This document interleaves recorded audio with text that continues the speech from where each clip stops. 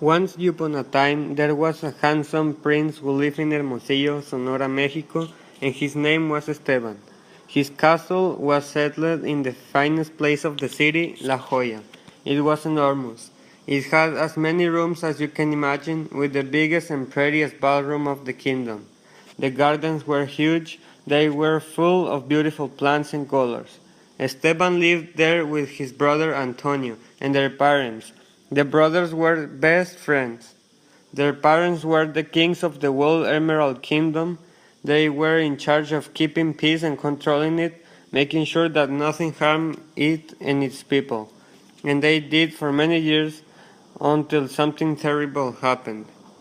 Once, when the brothers were young, they were playing, and Esteban accidentally used his desert powers and hurt Antonio. He was scared. He thought his brother might be dead, so he screamed. Mom, Dad, come here. Hurry, hurry. Their parents thought that it was dangerous for them to live together, so Esteban and Antonio were separated. They continued with their normal lives. The only difference was that they didn't relate the way they used before. No more sharing rooms, no more playing.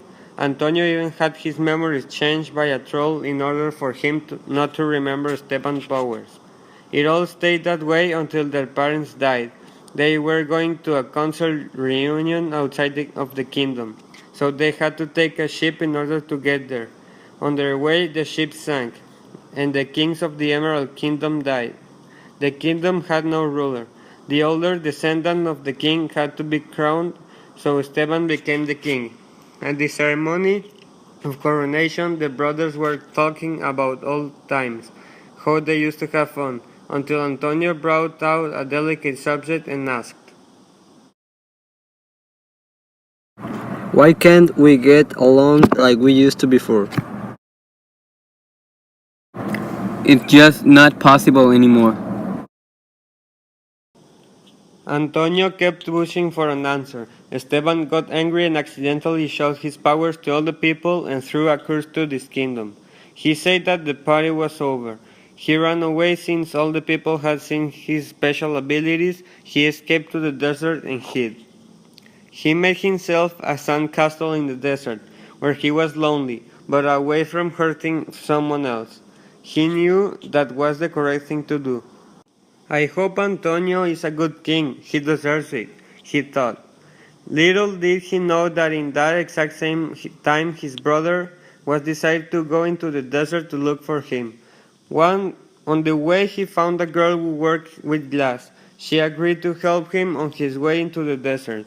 With the girl, Christina, her puma, and a friendly sandman, Antonio finally began his way to look for his brother. On their way to the castle, Christina was very curious about Antonio's past and asked for a lot of questions. After a few days, they finally found Esteban Castle. In order to enter, they had to go through a sand bridge. Antonio was scared to go through it, but he finally made his mind, since he wanted to see his brother. Once all entered the castle, they saw someone standing. Who are you?